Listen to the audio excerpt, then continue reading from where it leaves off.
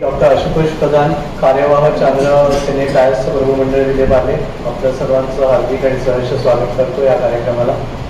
आमच्या मेसेजला प्रतिसाद देऊन तुम्ही इथे उपस्थित राहिला त्याबद्दल पहिल्यांदाच मी आपले धन्यवाद मानतो. आणि मी आपले जे प्रमुख वक्ते आहेत डॉक्टर आशिष देशपांडे यांना विनंती करतो की त्यांनी व्यासपीठावर यावं.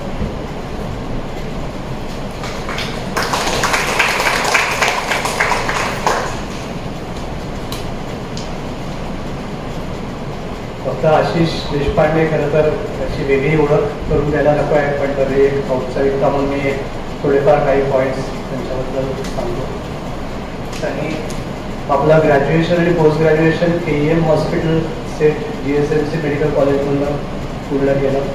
त्याच्यानंतर त्यांनी बऱ्याच वेगवेगळ्या ठिकाणी काम केलं. त्याच्यापैकी काही लिस्ट आहे: implementing developmental theory based activity nature curricularize School counseling program, 6,000 students reached. Next year target is 10,000 more.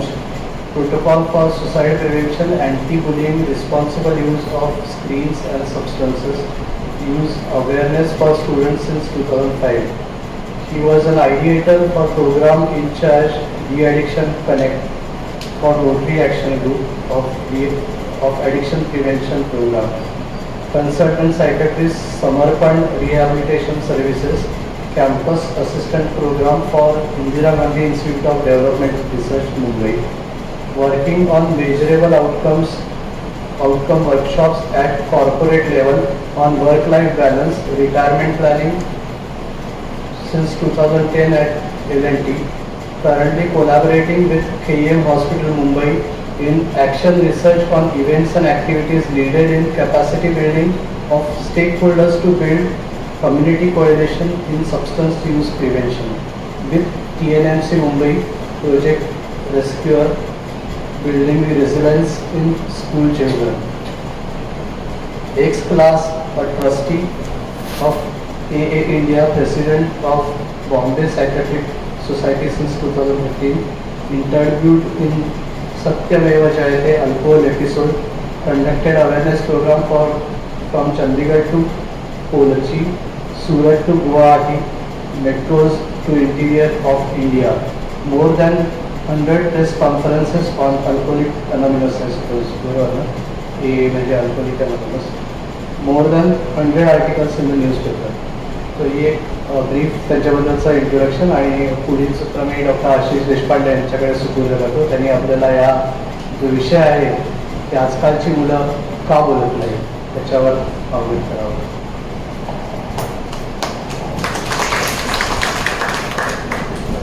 नमस्कार.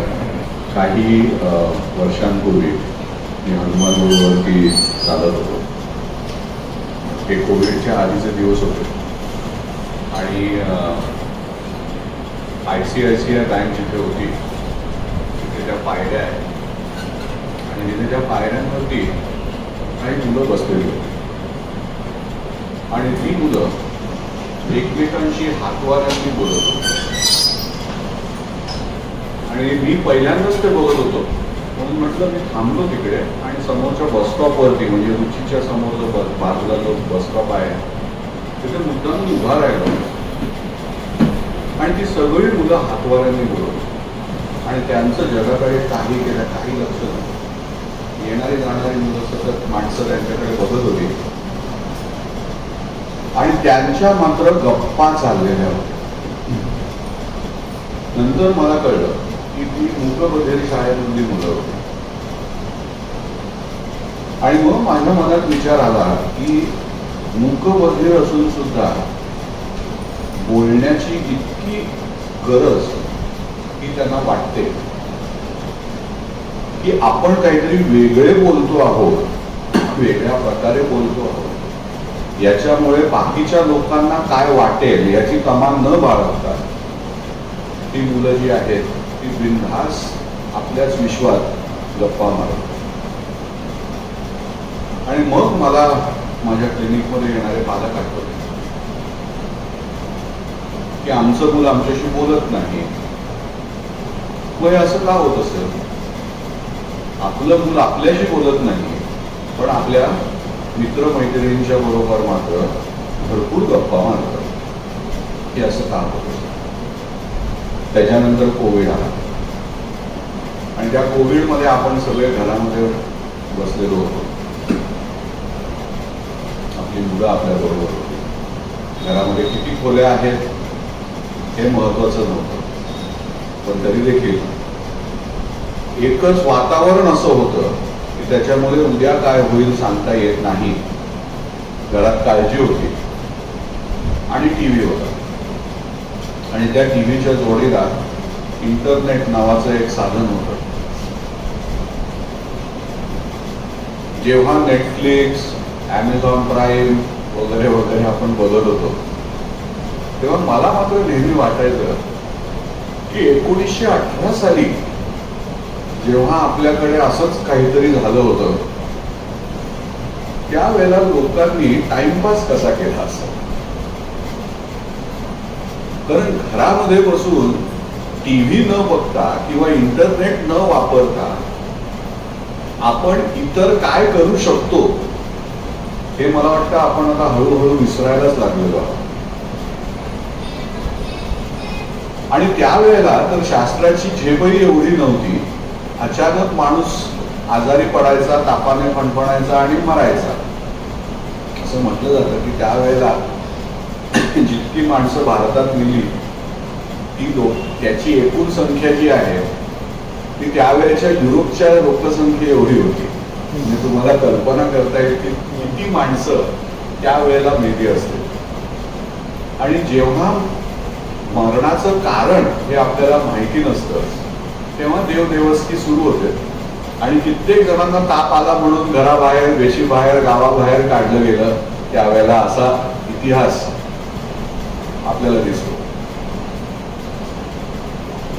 नशिबाने आपल्या वेळेला टीव्ही होता आणि इंटरनेट होतं. आपण टीव्ही बघितला, इंटरनेट बघितला, भरपूर काय काय नवीन नवीन प्रकार केले आणि दिवस काढले. आणि मग आपल्याला वाटलं की आता इंटरनेटचा वापर आपण शाळा सुरू करायच्या आधी शिकवण्यासाठी करावा. त्याच्या आधी इंटरनेटचा वापर आपण करत होतो पण तो बेताचा होता. आणि मग जेव्हा शाळा सुरू व्हायच्या आधी आपण इंटरनेटच्या वापरातनं मुलांना शिकवण्याचा प्रयत्न करू शकतो हे जेव्हा एकदा पटलं तेव्हा ते पटल्यानंतर आपल्याला काहीतरी नवीन गवसल्यासारखं वाटलं. युरेका मुवमेंट होती आपली आणि आपण इंटरनेटचा वापर करून शाळा सुरू केली, अभ्यास सुरू केला.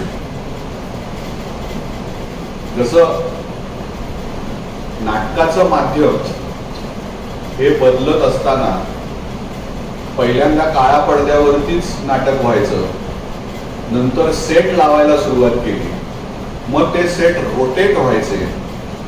मग काही नाटकं जी आहेत ती फक्त रवींद्र नाट्य मंदिरला व्हायची कारण तिकडे स्टेजच खूप मोठा आहे. अशा प्रकारे जेव्हा नाट्याचं प्रस्तुतीकरण बदलत गेलं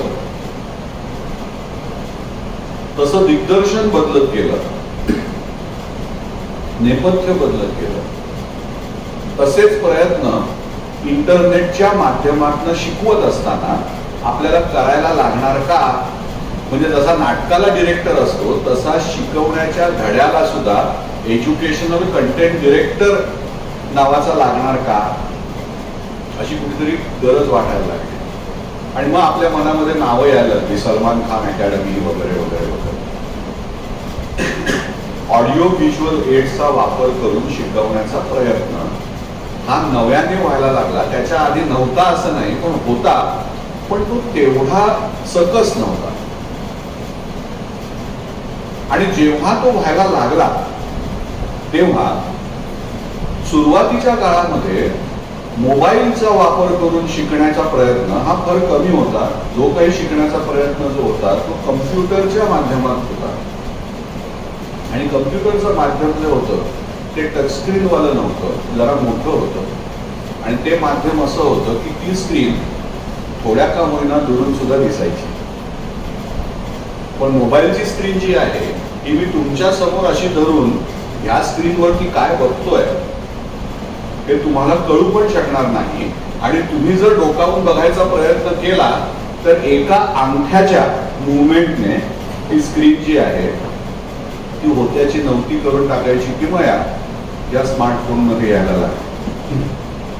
आणि जेव्हा ती या स्मार्टफोन मध्ये यायला लागली तेव्हा मुलांना आपण हातामध्ये काहीतरी असं साधन दिलेलं आहे की ज्याच्यामुळे ते उंबरठ्याच्या आतून सुद्धा अगदी जगाच्या कोणाकोपऱ्यापर्यंत कानाकोपऱ्यापर्यंत जाऊ शकतात अशी परिस्थिती निर्माण झाली. आणि ती कुठपर्यंत पोहोचलेली आहे हे आई वडिलांना कधीच समजू नये अशी परिस्थिती निर्माण झाली. मला आठवतंय की मी ज्या पार्ल्यामध्ये वाढलो त्या पार्ल्यामध्ये जर एखाद्या पानवाल्याच्या समोर मी जरा वेळ घुटमळलो तरी देखील आईबाबांना कळायचं की तुमचं पोरगं पानवाल्याच्या समोर घुटमळताना दिसलं. पण ज्या पार्ल्यामध्ये मी आता आहे त्या पार्ल्यामध्ये माझं पोर या मोबाईल मधनं कुठे घुटमळत आहे याची मला अजिबात कल्पना लागत होऊ शकत नाही. आणि हे करण्यासाठी त्याला घराबाहेर सुद्धा जायला लागत. तो माझ्या समोर माझ्या नाकासमोर हे सगळं करू शकतो. आणि त्याला तसं प्रवृत्त का व्हावं असं वाटतं? कारण आम्ही शिक्षण जे आहे ते मोबाईल फोनवरती आणतो. आम्ही माहिती जी आहे ती मोबाईल फोनवरून आणली आहे. आणि पूर्वी जसं आपण मिळवायचो की आमच्या मुलाला इंटरनेट चालवता येतं किंवा कम्प्युटर चालवता येतो असे आई बाबा मिळवायचे, तसं आमच्या मुलाला झोमॅटोवरनं ऑर्डर करता येते, स्विगीवरनं ऑर्डर करता येते, गुगल मॅप लावता येतो. मुंबईमध्ये काय देशामध्ये कुठे काय मिळतं ह्याच्याबद्दलची माहिती जी आहे तो आमचा 8-10 वर्षाचा पोरगा पटापटा सांगतो. याच्यामध्ये आम्हाला कौतुक वाटायला लागतं. कुठेतरी गेल्या 20 वर्षांमध्ये या माध्यमांनी आपल्यावरती जो काही घाला घातलेला आहे आणि ह्या माध्यमांचा वापर झाल्यानंतर आपण जो मुलांच्या बुद्धिमत्तेचा विचार करायला लागलेलो आहोत त्याच्यामध्ये कुठेतरी गडबड झालेली आहे असं दिसतं. मुलांना एकमेकांच्या बरोबर संवाद साधण्यासाठी मुलं लागतात, मित्र लागतात. म्हणजे असं म्हटलं जातं की समजा आपण हैदराबादला आपली ट्रान्सफर झाली तर आपल्यापेक्षा आपली मुलं जी आहेत ती तुळू भाषा जास्त लवकर शिकतात. त्याचं कारण काय की जेव्हा क्रिकेट खेळायला जातात, फुटबॉल खेळायला जातात तेव्हा बाकीची मुलं जी भाषा बोलतात त्या भाषेमधलं त्यांचं ज्ञान पटापटा वाढायला लागतं. आपल्याला ऑफिसमध्ये इंग्रजीमध्ये चालवता येतं कारण आपण सुशिक्षित आहोत. आणि आपल्याला तुळू भाषा लागणार कधी? जर आपण ग्रोसर शॉपमध्ये गेलो, वाण्याकडे गेलो तर. त्यामुळे साहजिकच मुलं पटापटा भाषा ज्या आहेत त्या शिकू शकतात. पण कोविडच्या काळामध्ये त्यांच्या बरोबर गप्पा मारायला कोणीच नव्हतं. बरं, जे ते बोलत होते ते जर मोठ्याने बोलले असते तर ते आपल्याला आवडलं असतं असं सांगता येत नाही. कारण असं म्हणतात की दर 7 वर्षांनी आजकाल पिढी बदलते. पूर्वी ती 10-12 वर्षांनी बदलायची. कदाचित आपण लहान होतो तेव्हा 15 वर्षांनी बदलायची. आणि म्हणून आपण जेव्हा शाळेच्या युनिफॉर्म मधनं कॉलेजमध्ये गेलो तेव्हा 4 वर्ष मोठे आणि 4 वर्ष छोटे असे देखील आपल्याला मित्र होते. पण आजकाल तुम्ही जर मुलांची मैत्री बघितली तर तुम्हाला जाणवेल की ते त्यांच्याच वयाच्या किंवा त्यांच्यापेक्षा 1-2 वर्ष मोठ्या किंवा छोट्या मुलांच्या बरोबरच मैत्री करू शकतात. 4-5 वर्षांच्या पुढचे आणि आधीची मुलं जी आहेत त्यांच्या आवडीनिवडी सुद्धा बदलतात. म्हणजे माझ्या घरामध्ये 5 वर्षांचा फरक आहे मुलांच्या मध्ये आणि आम्हाला नेहमी वाटत असतं की ह्या दोघांच्या आवडी निवडी ज्या आहेत त्या एवढ्या वेगळ्या कशा. आणि याचं कारण असं आहे की म्हणजे एकाला शास्त्रीय संगीत आवडतं तर दुसऱ्याला जॅझ आवडतं. प्रत्येक म्हणजे एकाला एक तर मैदानातच सतत रमेल, तर दुसरा घरामध्ये कवितांमध्ये वगैरे रमेल. आता हे सगळं आता ठीक आहे, आपण म्हणतो की हे कुठेतरी जनुकीय असणार वगैरे वगैरे, पिंडे पिंडे मतीर भिन्ना आपण म्हणतो, पण तरी देखील एकाच घरात आम्हीच दोघांनी वाढवलेली मुलं त्यांच्या आवडीनिवडी या इतक्या बदलू कशा शकतात. आणि त्याचं कारण असं मला वाटतं की आता जनरेशन जी आहे ती फास्ट बदलायला लागलेली आहे. कारण माहिती इतक्या मोठ्या प्रमाणामध्ये मुलांच्या पर्यंत पोहोचते आहे, त्यामुळे त्यांच्या आवडीनिवडी ज्या आहेत त्या सहज बदलत जातात. परवाच मी व्हॉट्सॲपवरतीच नूतनचं एक कुठेतरी जुनं पाठवलेलं गाणं बघत होतो.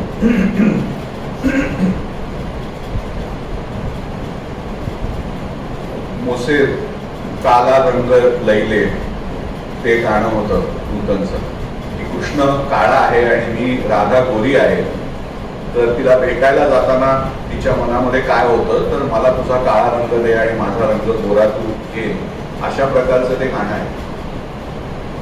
म्हणजे अशा प्रकारची गाणी ही 1960-70 मध्ये आपल्याला पिक्चर मध्ये ऐकायला मिळायची. जेव्हा मी कॉलेजमध्ये होतो तेव्हा एक गाणं मला अजून लक्षात राहतं की शायद मेरे शादी का ख्याल दिल में आया है, इसीलिए मम्मी ने तुम्हें चाय पे बुलाया है. हे गाणं मला लक्षात आलं. आणि जेव्हा मी प्रॅक्टिस सुरू करून थोडासा सिनियर व्हायला लागलो, म्हणजे लोकांना वाटायला लागलं का मी सिनियर झालेलो आहे, तेव्हा 4 बॉटल वोडका काम मेरा रोज का, अशी गाणी ही पिक्चर मध्ये दिसायला लागली. मग हा जर पिक्चर मधला बदल जो आहे, आणि ही गाणी नुसती दिसत नव्हती, तर ही गाणी विकली जात होती.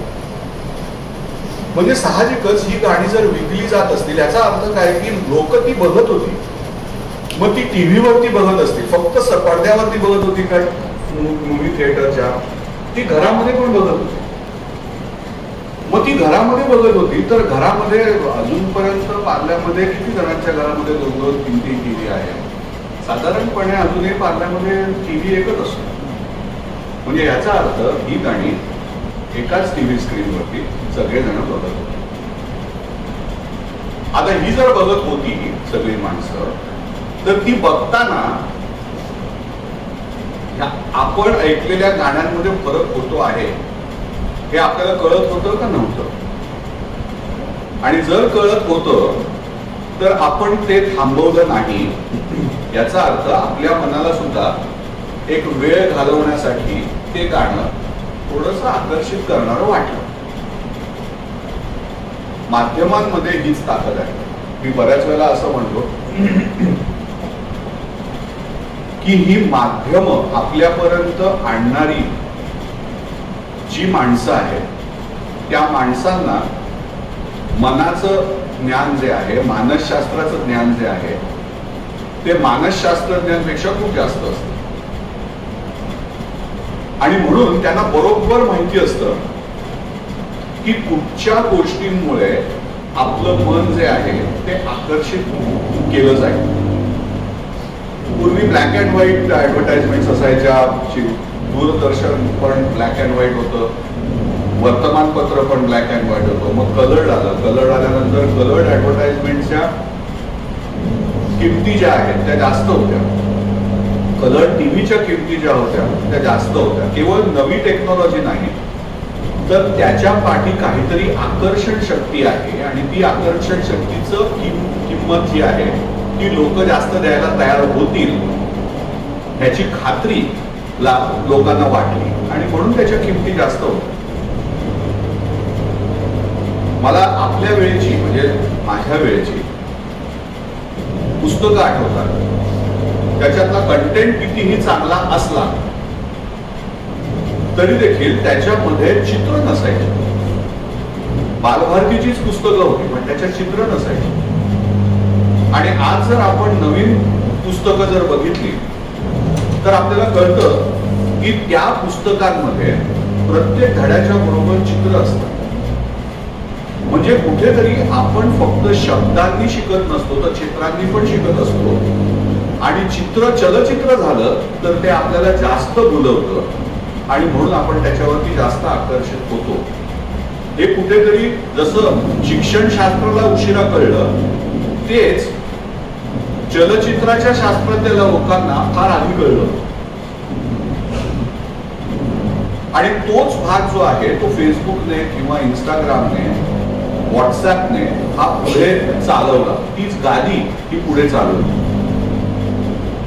आता आम्ही म्हणतो त्याला की ह्याच्यामध्ये हे जे माहिती त्यांना मिळते हे जे ज्ञान आहे की आपण एकदा फेसबुकवरती गेल्यानंतर जर मोबाईलवरती फेसबुक बघत असू तर अंगठ्याने आपण फक्त खालती फिरवत जातो, त्याला काही कारण नसतं. किंवा व्हॉट्सअप मध्ये सुद्धा जेव्हा आपल्याला नोटिफिकेशन असतं त्या नोटिफिकेशन असलेल्या ज्या काही आकडा असतो तो फक्त आकडा आणि तो हिरवा रंग हा आपल्याला त्या जागेवरती अंगठा लावून हे काय 31 मेसेजेस आहेत, हे काय 2 मेसेजेस आहेत हे करण्यासाठी प्रवृत्त करतो. याला आपण ऍडिक्टिव्ह डिझाईन्स असं म्हणतो. आणि ही ऍडिक्टिव्ह डिझाईन्स जी आहेत ही ऍडिक्टिव्ह डिझाईन्स या सगळ्या तंत्रज्ञानाने वापरायला सुरुवात ही आपल्या समजच्या आधी सुरुवात केली.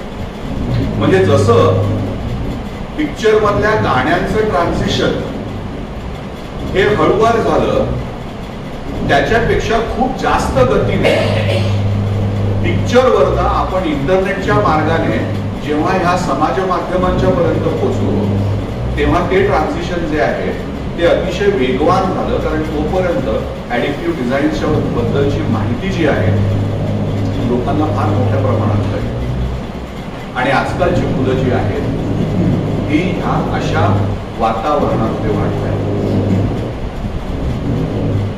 लहान मुलं आणि आपण त्याच्यामध्ये जर मूलभूत फरक असेल तर तो असा समजला जातो की साधारणपणे वयाच्या 15 वर्षापर्यंत आपला मेंदू त्याचं वजन जे आहे ते त्याच्यानंतर पुढच्या काळामध्ये बदलत नाही.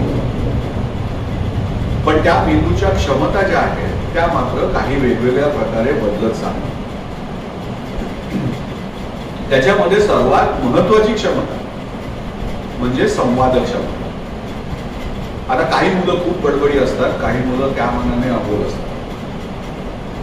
जी बडबडी असतात त्यांची शब्दसंख्या जास्त असेल असं सांगता येत नाही, पण साधारणपणे मुलांची भाषा जी आहे ती शब्दांमुळे कमी राहते आणि जसजसं त्यांचं शब्दभंडार वाढायला लागतं तसे तसे त्यांची संवादशैली वाढू शकते. आता जर मला माझी शब्दसंख्येचं माहिती जी आहे ती जर वाढवायची असेल तर क्रिकेट खेळल्याशिवाय क्रिकेटचे नियम कळत नाहीत, फुटबॉल खेळल्याशिवाय फुटबॉलचे नियम कळत नाहीत, तेलुगू बोलल्याशिवाय तेलुगू बोलता येत नाही. तसंच मला जर माझ्या भाषेची शब्दसंख्या वाढवायची असेल तर मला ती भाषा बोलायला लागते, ती भाषा वाचायला लागते. आता असं म्हटलं जातं की अलास्कामध्ये एस्किमो लोक जिथे राहतात त्या एस्किमो लोकांच्या मध्ये बर्फासाठी 22 शब्द आहेत. वेगवेगळ्या प्रकारच्या बर्फासाठी 22 शब्द आहेत. आपल्याकडे किती आहेत? बर्फ. आपण सगळ्या प्रकारच्या, कारण आपल्याकडे बर्फ लागतच नाही ना, आपल्याला फक्त सरबतात घालण्यासाठी बर्फ एवढाच माहिती. मी सरबत म्हणालो किती वालाय म्हणून असून सुद्धा. सो बर्फ आपल्याला फक्त सरबतात घालण्यासाठीच लागतो. त्यामुळे दुसरा कुठला शब्द आपल्याला वापरायची गरजच भासत नाही. मग आपलं बर्फाबद्दलचं शब्द ज्ञान वाढणार नाही. आता मला तुम्ही सांगा की मला जेव्हा भावना व्यक्त करायच्या आहेत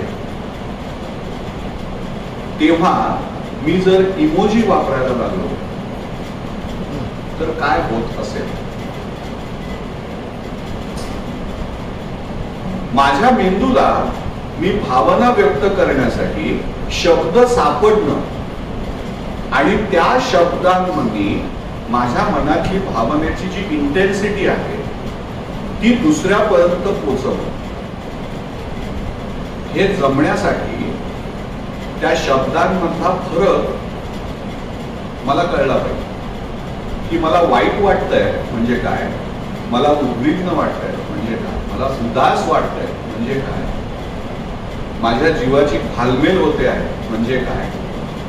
या शब्दांमध्ये जे वेगवेगळे अर्थ आहेत ते अर्थ समजण्यासाठी प्रॅक्टिकल नॉलेज असणं आवश्यक आहे. पण ते प्रॅक्टिकल नॉलेज जर मुलांना नसेल तर ते सगळ्यासाठीच एक आडवा चेहरा आणि त्याच्यातनं डोळ्यातनं येणारे 2 थेंब हे एवढं करून पाठवलं की त्यांच्या मेंदूमध्ये हेच रजिस्टर होणार. म्हणजे त्यांची भावना व्यक्त करण्याची जी पद्धत आहे त्याच्यामध्ये भावनेच्या इंटेन्सिटी प्रमाणे होणारे जे बदल आहेत ते मुलांच्या पर्यंत पोहोचू शकणार आहेत का. दुसरी गोष्ट म्हणजे मी जेव्हा पडळकर बाईंकडनं शाळेमध्ये इंग्रजी शिकलो तेव्हा उत्तर बरोबर असून सुद्धा स्पेलिंग मध्ये जर मिस्टेक झाली तर अर्धा मार्क कापला जायचा. ते लिमयबाई आहे, त्यांनी कापला की नाही माहिती नाही, माझे खूप मार्क कापले गेले, माझ्या मुलांचे कदाचित माहिती कापले असेल. पण तेव्हा स्पेलिंग चुकीचं असलं तर मार्क कापायचा. इनफॅक्ट इंग्रजीमध्ये असं म्हटलं जातं की he is a man of bad character. म्हणजे जर एखाद्याच्या स्पेलिंग्स मध्ये प्रॉब्लेम असेल तर चक्क त्याच्या कॅरेक्टर बद्दल संशय घेतला जायचा. आणि जेव्हा आजकाल मी मुलांचे मेसेजेस बघतो तेव्हा त्याला स्पेलिंगचं काहीही सोयर सुटत नसतं. सगळीकडे जितक्या लवकर आपल्याला कम्युनिकेट करता येईल एवढाच प्रयत्न असतो. आणि साहजिकच आपण ज्या पद्धतीने प्रॅक्टिस करतो तशीच भाषा आपण सतत वापरत राहणार. आता तसं जर होत असेल तर मुलांची स्पेलिंग, आता त्या स्पेलिंग्सना आपण किती महत्व द्यायचं हा संपूर्ण गौण मुद्दा आहे, वेगळा मुद्दा आहे की त्या स्पेलिंग्सला आपण एवढं महत्व देण्याची गरज आहे का. शुचिता, भाषेची शुचिता हा एक वेगळाच मुद्दा आहे. मला एवढाच मुद्दा मांडायचा आहे की मुलांची अभिव्यक्ती जी आहे ती अभिव्यक्ती ही वेगळ्या प्रकाराने तयार होते आणि ती अभिव्यक्ती आणि आपण जी अभिव्यक्ती शिकलेलो आहोत त्याच्यामध्ये जनरेशनच्या फरकामुळे खूपच तफावत झालेली आहे. म्हणजे पूर्वी ती तेवढी तफावत नव्हती. आता असं झालंय की आई आणि वडील आणि मुलं ही पूर्वी प्रतिभा आणि प्रतिमा एकत्र बसून बघू शकायची किंवा गजरा बघू शकायची आणि त्याच्यामध्ये मुलांना सुद्धा काहीतरी आवडायचं आणि आई वडिलांना सुद्धा तिकडे खेळून राहायला तिकडे काहीतरी असायचं. पण आज असं झालेलं आहे की अतिशय कमी कार्यक्रम असे आहेत जे आई बाबांना पण आवडतात, आजी आजोबांना पण आवडतात आणि मुलांना पण आवडतात. एकत्र बसून असा शेवटचा कुठचा प्रोग्राम टीव्हीवरचा आपण बघू शकलो आहोत आणि जर बघितला असेल तर तो प्रोग्राम जो आहे तो एखादा चित्रपट असतो आणि त्याचं नाव वेलकम किंवा गोलमाल असतं किंवा काय ऑल द बेस्ट काय ते असतं. आणि त्याच्यातला ह्युमर, त्याच्यातला विनोद जो आहे हा विनोद जो आहे तो ज्याला आपण पूर्वी म्हणायचो की अतिशय खालच्या दर्जाचा विनोद आहे, स्लॅपस्टिक कॉमेडी ज्याला आपण म्हणायचो तसा तो विनोद आहे. आता त्याच्यामध्ये गैर काही नाही पण तरी देखील आजच्या मुलांना येस प्राईम मिनिस्टरला आपण चिकटवून ठेवू शकत नाही. आता तो विनोद चांगला का नाही हा परत वेगळा मुद्दा. पण तरी देखील फारच कमी प्रोग्राम्स असे आता राहिलेले आहेत आणि त्याच्यामध्ये मला वाटतं आपण पार्ल्याने फार अभिमान स्वतःचा बाळगला पाहिजे की अजूनही मुलांचे कुठचंही भाषण किंवा कार्यक्रम जे आहेत ते आपल्या मुलांना आवडतं. निदान माझ्या मुलांना आमच्याबरोबर बघायला आवडायचे. आता अजून जनरेशन बदललेली आहे, त्यामुळे मला माहिती नाही की ते आत्ताच्या जनरेशनला आवडतात की नाही. म्हणजे आत्ताची मुलं त्यांच्या आईवडिलांच्या बरोबर संवाद साधू शकत नाही, हा फक्त त्यांचा चुकीचा मुद्दा आहे असं नाही. मला वाटतं समाजामध्ये बरेच बदल झालेले आहेत. जसं आपण म्हणतो की नमनाला घडाभर तेल कशासाठी, तर आजकालची मुलं बोलत का नाही याच्यामध्ये हा दोष मुलांचा आहे असं मला वाटतं. आणि म्हणून मी एवढी पूर्वपीठिका तुम्हाला सांगितली की आजकालची मुलं बोलत नाहीत, हा मुलांचा दोष नाही, हा समाजामध्ये झालेला बदल आहे. काही कारणांनी माध्यमांमुळे असेल, काही कारणांनी कोविडमुळे असेल, काही कारणांमुळे आपल्यामुळे असेल, कशामुळे असेल, किंवा शिकवण्याच्या पद्धतींमध्ये झालेला बदल असेल, या सगळ्या गोष्टींमुळे तो झालेला बदल. आता प्रश्न आहे की हा जर झाला बदल तो हा कुठे घेऊन जाणार, म्हणजे हा कुठे घेऊन जाणार आहे आणि याच्यासाठी काही आपण करू शकतो का. आता याच्यामध्ये आपल्याला थोडं मानसशास्त्राची माहिती असणं आवश्यक असतं. की याला आपण मुलांना असं म्हणतो की दाल आटे का भाव समजणे आहे, की बाबा मुलाला मिशी कुठली का त्याने वडिलांनी मित्र व्हायला. त्याचं कारण असं आहे की जसं शरीर वाढत जातं तसं तसं मुलांचं मन सुद्धा वाढत जातं, त्यांची निर्णय क्षमता वाढायला लागते, जबाबदारीची जाणीव त्यांना वाढायला लागते. मग जेव्हा आपण म्हणतो की जबाबदारीची जाणीव वाढायला लागते म्हणजे नक्की काय होतं. आपल्या मेंदूमध्ये लहानपणापासून जन्मापासून मेंदूची वाढ जी आहे ती ज्या पद्धतीने होते, त्याच्यामध्ये जन्माला आल्यानंतर काही झालं, सुसू झाली, शिशी झाली, भूक लागली, तहान लागली, तरी देखील रडायचं एवढंच आपल्याला माहिती होतं. म्हणजे आपल्या इमोशनल ब्रेनने आपण आपल्या सगळ्या गरजा भागवत होतो, कारण त्याच्या बाजूला, आपल्या बाजूला आपली आई किंवा बाबा हे बघत होते, याने ठोक केलं की काय झालं असतं, काय हवं असतं. त्याच्यानंतर आपण मोठे व्हायला लागलो आणि मग आपण बोलायला लागलो आणि मग सांगायला लागलो की अरे मला सुसू नाही झालेली, मला भूक लागली आहे, मला जेवायला द्या, डायपर काय बदलताय. आपण जेव्हा बोलायला लागलो तेव्हा आपल्याला काय हवंय किंवा नाही हे सांगण्याची क्षमता आपल्यामध्ये निर्माण झाली. जेव्हा ती सांगण्याची क्षमता निर्माण झाली, आपण म्हणालो आपलं पोट थोडंसं मोठं. फक्त अन्न वस्त्र निवाराशी निगडीत नाही, तर मला आता काय हवंय काय नकोय हे सुद्धा मी सांगायला लागलो. माझी शब्दसंपत्ती जशी वाढायला लागली तसा मी स्वतःला जास्त चांगल्या प्रकारे व्यक्त करायला लागलो. आणि जेव्हा मी चांगल्या प्रकारे व्यक्त करायला लागलो तेव्हा इतरांना कळायला लागलं माझ्या गरजा काय आहेत. तर ज्या गरजा पूर्ण नाही झाल्या तर मी आकांड तांडव करायला शिकतो, ज्याला आपण टँट्रम म्हणतो. कारण जेव्हा माझ्या गरजा पूर्ण होत नाहीयेत असं मला कळलं तेव्हा माझा मेंदू जो आहे तो विचारांकडे न झुकता भावनांकडे झुकायला लागला. आणि जेव्हा मी भावनांकडे झुकायचो तेव्हा टँट्रम, राग, तोडफोड, फेकाफेक. म्हणजे जेव्हा भाषा शिकत होतो तेव्हा मी विचारी मेंदूकडे जात होतो आणि जेव्हा ते व्यक्त करणं मला जमलं नाही किंवा माझ्या गरजा पूर्ण होत नाही ते मला कळलं तेव्हा परत मी भावनिक मेंदूकडे. आता भावनिक मेंदू आणि विचारी मेंदू ह्याच्या प्रगतीच्या ह्याच्या हे जे काही मायग्रेशन आहे की निर्णय घेण्यासाठी मी भावनिक मेंदू वापरायचा का विचारी मेंदू वापरायचा, ह्याचं जे ट्रान्झिशन जे आहे ते पौगंडावस्थेमध्ये भावनिक मेंदूकडनं हळूहळू विचारी मेंदूकडे जातं.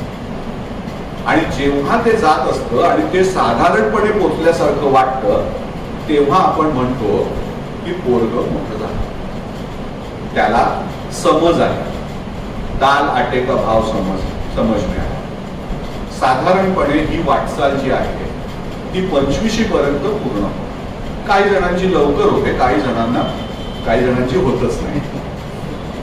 त्यामुळे भावनिक मेंदूकडनं विचारी मेंदूपर्यंत ही वाटचाल होणं म्हणजे आपण त्याला मॅच्युरिटी असं म्हणतो. आता ह्या मॅच्युरिटीमध्ये अडचणी कुठच्या असतात तर घरची परिस्थिती आहे, घरचं वातावरण आहे, त्या मुलांना आलेले अनुभव आहेत, संकट आहेत, त्यांचा मित्र परिवार आहे आणि त्याचबरोबर काही सोबत सवयी आहेत. काही वाईट सवयींनी भावनेकडे, चांगल्या सवयींनी पुढे. या सगळ्या गोष्टींचा प्रभाव होत आपण सापशिडीच्या खेळाप्रमाणे थोडं पुढे थोडं मागे, थोडं पुढे थोडं मागे असं करत करत आपण मॅच्युरिटीच्या पर्यंत पोहोचत असतो. त्याच्यामध्ये ही माध्यमं, कोविडचा काळ, घरातली परिस्थिती, घरातलं वातावरण, त्याच्यावरती येणारी जी काही अनुभव, विश्वातनं येणारे जे काही अनुभव आहेत ते, या सगळ्यात मधनं नक्की ही डेव्हलपमेंट जी आहे ती कशा प्रकारे होते आहे त्याच्यावरती आउटकम जो आहे तो ठरलेला असतो. आणि जर ही डेव्हलपमेंट व्यवस्थित व्हायची असेल तर आपल्याला या सगळ्या परिस्थितीमध्ये योग्य काय हे ठरवायला. परिस्थितीमध्ये काय होईल ते आपल्या हातात नसतं. काही गोष्टी अशा असतात की त्या आता कोविड काळ, आपण कसं करणार, कसं काय करणार, काहीच करू शकतो. पण नक्की आपण मुलांना कुठेतरी व्यक्त होण्याचा प्रयत्न करण्यासाठी प्रोत्साहित करू शकतो. पण त्याच्यामध्ये अडचणी येतात आणि त्या अडचणी असतात की संवाद कसा साधायचा. आपण नेहमी म्हणतो की शाळेतले मित्र असतात ना, ते केव्हाही भेटले की आपण पटापटा बोलायला लागतो. ऑफिस मधले मित्र जे आहेत त्यांना दैनंदिन आपण भेटतच असतो, त्यामुळे बोलण्याचे बरेच विषय असतात. पण जे शाळेमधले पण नसतात आणि जे ऑफिस मधले पण नसतात, ते मित्र किंवा ती माणसं आपल्या समोर आली का त्यांच्या बरोबर संवाद कसा साधायचा हे नक्कीच आपल्याला समजत नाही. आणि म्हणून एकदा मुलाला मिशा आल्या की मग त्याला मित्र समजायला लागतं, ही जी मराठीतली म्हण आहे ती कुठेतरी आपल्याला विसरायला. मिशा आल्यानंतर तो त्याचे मित्र तो ठरवत असतो, तेव्हा त्याला अचानक बाबांची आठवण आली, बरं काय रे बाबा कसा आहेस तू, असं होणं शक्य नाही. याचा अर्थ आपल्याला पहिल्यापासून मैत्रीचं नातं जे आहे ते जुळवायला. कुठलीही मैत्री होण्यासाठी एकत्र वेळ काढायला, आणि तो एकत्र वेळ जो आहे तो आजकाल मिळणं खूप कठीण असतं. आणि एकत्र वेळ जर तो मिळवायचा असेल तर जेव्हा मुलं शाळेत आहे, निदान शाळेत आहे तोपर्यंत दिवसातलं एक जेवण तरी हे एकत्र व्हायला पाहिजे. सगळेजण म्हणतात हो आमच्याकडे होतं, पण ते जेव्हा होत असतं तेव्हा समोर टीव्ही चालू असतो. बऱ्याच वेळेला सुनबाई सासूबाई तिकडे काय जे चाललेलं असतं ते खात खात जेवण सगळं चाललेलं असतं. पण मला सांगा, अशा एकत्र जेवणाने आपण कसा काय संवाद साधणार? म्हणजे जेव्हा आपण जेवत असू तेव्हा जोपर्यंत टीव्ही बंद होत नाही. आता टीव्ही बंद केला की मुलांचे चेहरे होतात, बऱ्याच वेळेला मोठ्यांचे देखील होतात की हा कसला नियम आहे. मानसशास्त्र वगैरे असू दे बाजूला राहिलं, पण नियम कसला. पण प्रश्न असा आहे की जर संवाद साधायचा असेल तर तो संवाद साधण्यासाठी काही ना काही प्रयत्न, ज्याला सोशल इंजिनिअरिंग म्हणतात, ते सोशल इंजिनिअरिंग आई वडिलांनाच करायला किंवा मोठ्यांनाच करायला. ते जर छोट्यांना जमत असेल तर त्यांच्यासाठी हा कार्यक्रम घ्यायची गरजच नव्हती. त्यामुळे जे काही सोशल इंजिनिअरिंग आहे ते आपल्याला मोठ्यांनाच करायला लागणार आहे. मग अशा वेळेला चक्क आपल्याला आज क्लिनिक मध्ये काय झालं, आज हॉस्पिटलमध्ये काय झालं, हे काय सगळं खरं सांगायची गरज नाही. पण जे मुलांना कळेल अशा भाषेमध्ये सांगणं हे आवश्यक आहे. हे कशासाठी की माझ्या आयुष्यात काय घडतं आहे हे माझ्या कुटुंबाला माहिती असणं आवश्यक आहे. जेव्हा ही प्रचलित पद्धत कुटुंबात आहे असं मुलांना कळायला लागतं तेव्हा मुलं सांगायला लागतात, अरे थांब थांब थांब, मला सांगायचंय आज माझ्या आयुष्यात काय झालं. ते काहीतरी फार एक्साइटिंग व्हायला पाहिजे असं काही नाही, पण ते जे सांगता आहेत ते मला एक्साइटिंग वाटलं पाहिजे आणि त्याच्यामध्ये सारख्या चुका दाखवायचा प्रयत्न हा माझ्याकडनं होता कामा. समजा एखाद्या आपल्या मित्राने किंवा मैत्रिणीने आपल्याशी संवाद साधायला सुरुवात केली आणि प्रत्येक गोष्टी वाक्यामागे हे नाही बरोबर, ते तसं करायला पाहिजे होतंस, तू असं का केलं असं म्हणतो, तो मित्र आपल्याला सोडूनच जाईल नाही का. मुलांच्या बरोबर आपण संवाद जेव्हा वाढवायचा प्रयत्न करत असतो तेव्हा आपली मॉरल दृष्टी जी आहे ती थोडीशी बाजूला ठेवायला लागते आणि मुलांना जे काही व्यक्त व्हायचं आहे ते व्यक्त होण्यासाठी मुभा द्यायला लागतो. मग कदाचित ते चुकीचा शब्द वापरते, चुकीच्या गोष्टीवरती टिप्पणी करते, काही हरकत नाही, भरपूर वेळ आहे. म्हणजे मला आठवतंय की माझ्या मुलाने एक शिवी वापरली आणि मी ती ऐकत होतो आणि ती शिवी ऐकल्यानंतर मला वाटलं अरे आपण तर काय बोलत नाही मुलांच्या समोर तरी, मी कुठून आली. साहजिकच आहे, माझा मुलगा शाळेमध्ये जातोय, शाळेमध्ये मित्रांबरोबर असतोय. आता ते मित्र कुठे असतात माहिती नाही, पण त्यांनी ती शिवी कुठेतरी ऐकली असेल. साहजिकच माझा मुलगा मॅन्डेरिन बोलणारच नाही ना, कारण त्याने मॅन्डेरिन कधी ऐकलंच नाही. मग जर त्याने शिवी ऐकली असेल तर ती त्याच्या भावविश्वामध्ये आली आणि म्हणून तो ती शिवी देऊ शकला. ते सगळं बोलणं झाल्यानंतर जेव्हा विषय वगैरे संपूर्ण संपला होता तेव्हा मी त्याला म्हटलं अरे हा तू शब्द वापरलास, हा आपण वापरत नाही म्हणून तुला विचारतोय की काय त्याचा अर्थ. मग त्याला कळलं की हे काहीतरी चुकीचं झालेलं आहे. म्हटलं नाही मला सांग ना, म्हटलं अर्थ माहिती आहे. आणि मग त्याला सांगितलं नाही आजकाल गाण्यामध्ये असतात, बऱ्याच गाण्यांमध्ये शिव्या असतात. म्हटलं हो असतात बाबा, तुम्ही ऐकलंय, अगदी योग वगैरे अशी जी सगळ्या साधारण गाणी असतात त्या गाण्यांमध्ये शिव्या असतात. आणि मग आपण सुद्धा म्हणतो की प्रेमाने दिलेली शिवी जी आहे ती ओवी असते. मग मला विचार करावा असा वाटला की मग मला नक्की कशाबद्दल अडचण माझ्या मनामध्ये निर्माण झालेली आहे.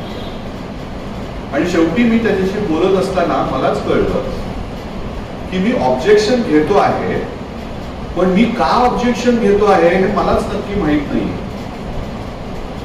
आणि तुम्हाला आश्चर्य वाटेल की त्याच्यानंतर हळूहळू मी त्याच्याशी बोलत असताना मी त्याला सांगितलं की ज्या वेळेला अशाच प्रकारची शिवी ही बाबा आणि भावाबद्दल दिली जाईल ना तेव्हा मी शिवी मान्य करेन, पण ती फक्त स्त्रीबद्दलच असेल तर मला ती शिवी अमान्य आहे. त्यामुळे ज्या वेळेला गाण्यांमध्ये ती शिवी बाबा किंवा भाऊ ह्या नात्यांबद्दल वाईट असेल तेव्हा मी म्हणेन की हे बरोबर आहे, काय हरकत नाही, अशामध्ये आली तर मला फरक पडत नाही. पण फक्त जर स्त्रीबद्दलच ही शिवी असेल तर मला असं वाटतं की ती मला चालणार नाही. त्याला कळलं मी काय म्हणतोय. त्याच्यानंतर ऑटोमॅटिकली त्याचा त्या शब्दाचा वापर जो आहे तो कमी झाला किंवा बंद झाला, माझ्या समोर करत नाही. पण प्रश्न असा आहे की आपल्याला एखादं मुलांचं वागणं जे आहे ते जर पटत नसेल तर ते न पटण्याचं कारण हे मला त्याला समजावता आलं पाहिजे. मी हम करे सो कायदा असं मी त्याला जर सांगितलं तर जेव्हा मी त्याच्या समोर नसतो ना तेव्हा तो करत राहतो. आणि त्याला कळतं की बाबांना ह्या गोष्टी आवडत नाहीत आणि म्हणून तो विचार करायला लागतो की आई बाबांच्या समोर काय बोलायचं आणि काय नाही. आणि अशा बऱ्याच गोष्टी जर मला नावडत्या वाटायला लागल्या तर मग तो हळूहळू आमच्या समोर बोलण्याचंच टाळायला लागतो आणि मग म्हणतो आजकाल हा आपल्याशी बोलत नाही. म्हणजे कुठेतरी आपल्याशी न बोलणं हा एक निर्णय नसतो, ही एक हळूहळू घडलेली प्रक्रिया असते. आणि ही प्रक्रिया जी आहे ही कधी कधी आपल्या मनातले मॉरल्स जे आहेत, आपल्या मनातल्या चांगल्या आणि वाईटाबद्दलच्या ज्या संकल्पना आहेत त्या संकल्पनातनं ही प्रक्रिया जी आहे ती सुरू होते आणि अभिव्यक्तीला वाव मुलांना मिळत नाहीये हे जेव्हा त्यांना वाटायला लागतं तेव्हा ती प्रक्रिया पूर्ण होते. आता हे सगळं जे आहे हे सामाजिक बदलांमुळे, सगळं सामाजिक बदलांमुळेच होतं का? नाही, असं काही नाही. माझ्याकडे 15 दिवसापूर्वीच एक मुलगी आहे, ती मुंबईमधल्याच एका कॉलेजमध्ये होती. 11वी 12वी तिचं झालं होतं, नंतर मग ग्रॅज्युएशनसाठी ती करत होती. आणि 8 महिन्यानंतर आई वडिलांना कळलं की ही मुलगी दर दिवशी सकाळी घरातून निघायची, डबा वगैरे घेऊन, आणि संध्याकाळी परत यायची. आई वडिलांना वाटायचं कॉलेजला जाते. 8 महिन्यांनी कॉलेजमधनं पत्र आलं की तुमची मुलगी कॉलेजमध्ये येतच नाही, अटेंडन्स भरला जात नाही. आणि मग ह्या मुलांनी, आई वडिलांनी शोधायला सुरुवात केली, विचारायला सुरुवात केली की तू जातेस कुठे? तर बोलायला तयार नाही. तू कॉलेजला जात होतीस का? नाही जात. कुठे जात होतीस? सांगायला तयार नाही. आणि नंतर कळलं की तिच्या मनामध्ये काही आवाज येत होते जे तिला सांगत होते की तू कुठे जा, कुठे जाऊ नकोस, काय करू नकोस. आणि हे 8 महिने चाललं होतं आणि आई वडिलांना त्याचा थांगपत्ता नव्हता. म्हणजे स्किझोफ्रेनिया सारखा मोठा आजार आपल्या मुलाला घरामध्ये झालेला आहे आणि त्याचा आई वडिलांना अजिबात थांगपत्ता नाही. 8 महिने नाही. आपल्या आईला किंवा वडिलांना हे आपल्याला सांगायला पाहिजे की काहीतरी भीतीदायक आपल्या बरोबर घडतं आहे, ते स्वतःला पण कळत नाहीये, असं त्या मुलीला वाटलं नाही किंवा त्या नात्यामध्ये तेवढा संवाद नव्हता. त्याच्या उलट दुसरा मुलगा होता जो जरा मोठा होता, पण आपण म्हणतो ना बाळाचे पाय पाळण्यात दिसतात, तसंच त्याने शाळेमध्ये असताना एकदा मुलांची पिकनिक ऑर्गनाईज केली होती आणि त्या पिकनिक मध्ये उरलेले पैसे जे होते ते परत करायचे होते, ते परत केले नाहीत आणि त्या पैशांचा काहीतरी सामोसे वडे वगैरे खाल्ले. आणि ही गोष्ट शाळेतल्या लोकांना लक्षात आली आणि म्हणून आई वडिलांनी सांगितलं. आई वडिलांनी त्याच्याबरोबर जे काही त्यावेळेला करायचं होतं ते केलं. त्याच्यानंतर तो कॉलेजमध्ये गेला. कॉलेजमध्ये असताना तो कुठचे तरी हायकिंग सेक्रेटरी वगैरे असे काहीतरी असतं ना, कल्चरल विषय असतात, त्याचे काही बजेट वगैरे असतं. त्या बजेटमध्ये त्याने अफरातफर केली. ते पण घरच्या लोकांच्या पर्यंत कळलं, पण तेव्हा देखील पैसे जे होते ते मामूली होते, फार जास्त नव्हते.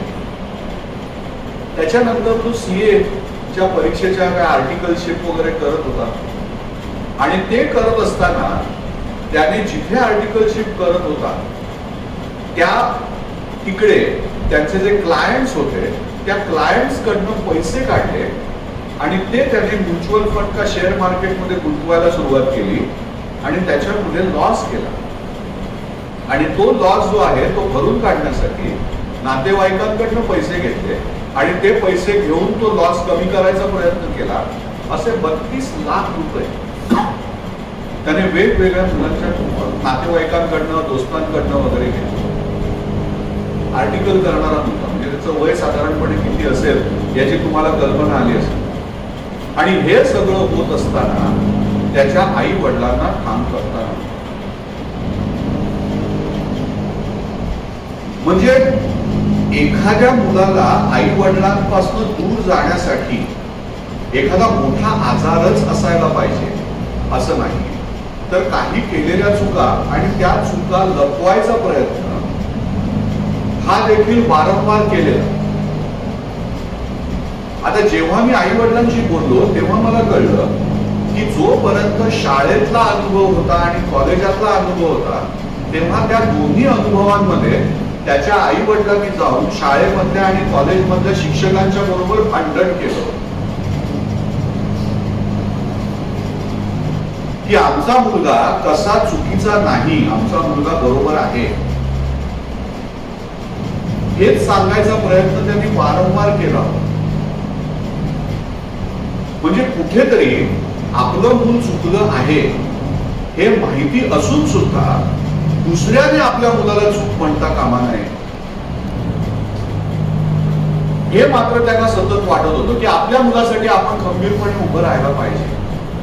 पण खंबीरपणे उभं राहताना आपण योग्य व्हॅल्यू ही मुलांना देतो आहोत का हे बघण्यासाठी ते आई वडील तयार नव्हते.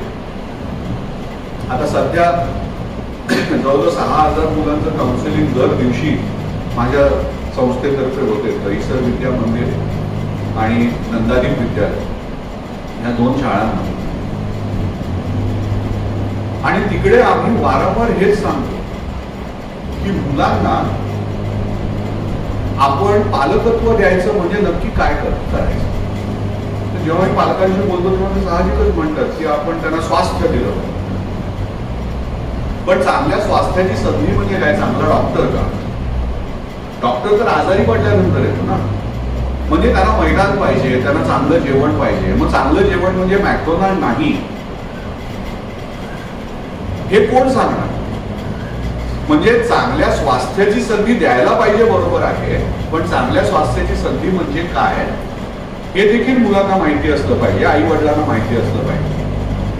की 2-2 तास शाळेचा प्रवास करण्यात काही अर्थ नाही. जवळची शाळा पकडा, पण तो 1.5 तास वाचणारा जो आहे तो खेळण्यासाठी त्यांना मिळू द्या. जेव्हा आपण स्वास्थ्याची संधी म्हणतो त्याच्याबरोबर दुसरी संधी म्हणतो की शिक्षणाची संधी. मुलांना चांगलं शिक्षण मिळालं पाहिजे. हो, खूप महत्वाचं आहे चांगलं शिक्षण मिळालं. पण चांगलं शिक्षण म्हणजे काय? चांगलं शिक्षण म्हणजे पाठांतराचं शिक्षण. आणि पाठांतराचं शिक्षण जर नसेल तर पुस्तकांच्या बाहेर जे काही वाचायला लागतं ते वाचायचा असतं हे मुलांना कळणार कसं? जर आपल्या घरामध्ये वर्षाकाठी फक्त दिवाळी अंकच वर्तमानपत्रा व्यतिरिक्त येणार असतील तर मुलांना दुसरं काहीतरी पुस्तक रूपी वाचायचं असतं हे समजणार. आई वडिलांकडे बघूनच मुलं बऱ्याचशा गोष्टी शिकत असतात. मग जर वाचायचं असतं फावल्या वेळात हे जर त्यांना कळलं, फावल्या वेळात मोबाईलच बघायचा असतो किंवा टीव्हीच बघायचा असतो हे त्यांना आपण शिकवलं तर साहजिकच ते पण तेच करणार. पण फावल्या वेळात आपण कविता करू शकतो, आपण गाणं म्हणू शकतो, आपण नाच करू शकतो, आपण गप्पा मारू शकतो, आपण शिवणकाम करू शकतो, आपण चित्र काढू शकतो, आपण पुस्तक वाचू शकतो, आपण पुस्तक लिहू शकतो. हे जर मुलांना कळलं तर साहजिकच मुलं सुद्धा त्याच्यासाठी वेळ काढतील. म्हणजे शिक्षण म्हणजे फक्त शाळेमध्ये करायचं असतं असं नाही. बऱ्याच वेळेला मुलांची गलत काय होते, बाबा ऑफिसला जातात, घरी आल्यानंतर आराम करतात. मग माझी शाळा म्हणजे ऑफिस, मग मी गृहपाठ करायचं कशासाठी? बाबा करतात का घरी आल्यानंतर अभ्यास? नाही करत.